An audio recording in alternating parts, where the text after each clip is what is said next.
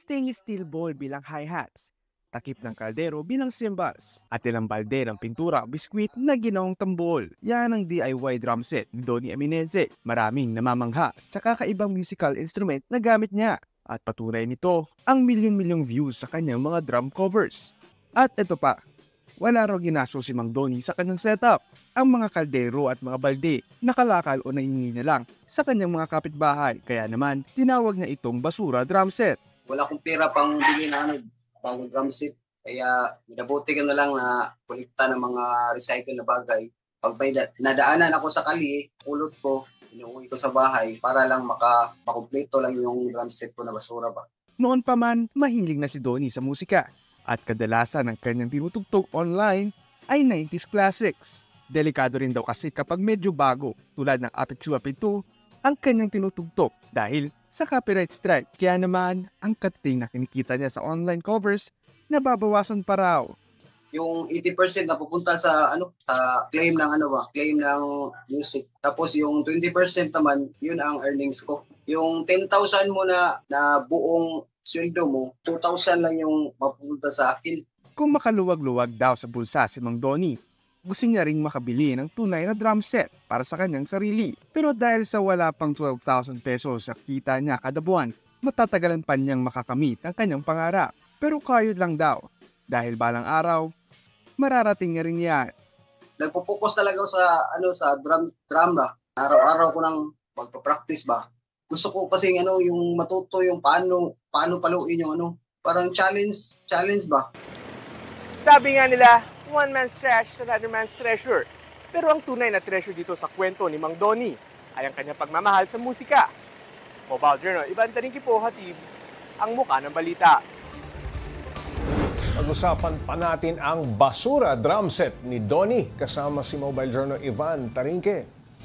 Ivan, paano rin ba natuto mag-drum si Kuya Donnie? Mukhang tama yung mga palo niya. Actually, Pops J, meron kasi siyang background pagdating sa music, no? Dati talaga nagbabanda-banda.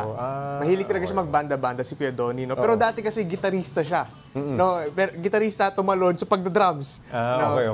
So, usually, pagka musikero ka naman, napapag-aralan mo yung ibang instrumento. Pero mahusay, tama yung kanyang palo. Paano niya raw naisipan na gawing drums itong mga patapong kaldero at timba? Actually, Pops J, ang kwento niya is nung pandemic pa siya nagsimula. Dahil nga wala daw magawa sa bahay. So naisipan niya, bakit...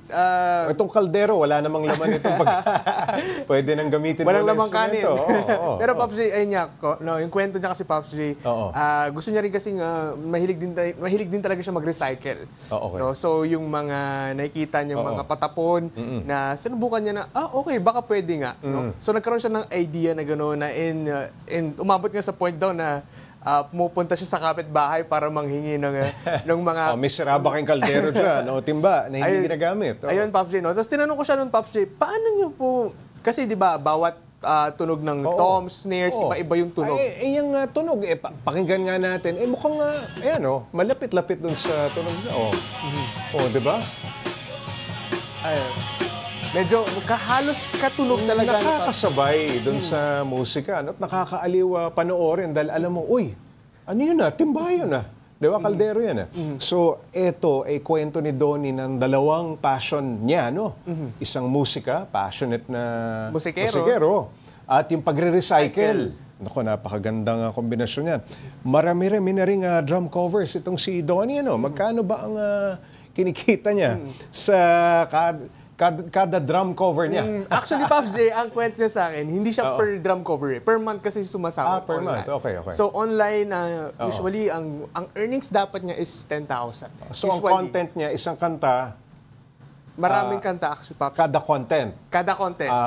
Isang kanta per video. Per video. Tapos, parang nakaka-4, 5 siya. Magkano kinikita niya? Actually, Pops J, yung kinikita niya is around 10,000. Yun yung range, Pero, more or less?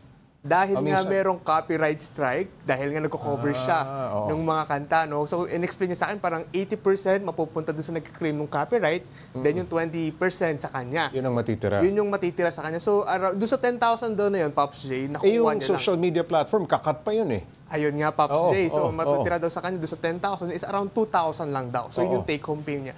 sa pagko-cover, Pops J? Maliban sa online covers, syempre, musikero din siya eh. Meron ba siyang mga original na na-compose gamit itong mga instrumento, itong patapong kaldero at timba? Actually, Pops J, ang focus niya kasi yung pag-cover talaga ng mga kanta online. No? So yun talaga Wala yung siyang focus orig. niya. Wala pa siyang original na nilalabas. O hindi ba siya naiimbita mag-perform ng live? Ayun nga, Pops J. Hindi Kuya pa... Donnie, tugtog ka naman sa amin dito. Dali mo yung mga kaldero. Pero actually, Pops J, nung pinakita niya sa akin isa-isa yung kanyang setup, no? Nakakabilib kasi kahit yung pedal, yung sa may hi-hats niya, may time na inaapakan talaga. So nag-up and down yung hi-hats niya. So nagka-close open. So yung mekanismo ng drum set, nagawa niya. Nagawa niya, Pops J. Pati gamit yung mga, kung ano yung mga ginagamit ko dyan. Actually, Pops J, parang 2x2 na kakapal na kahoy yung inaapakan niya dun sa may hi-hats niya eh. Oo.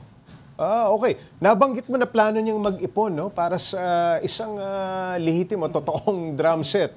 Papaano ang basura drum set niya kung sakali?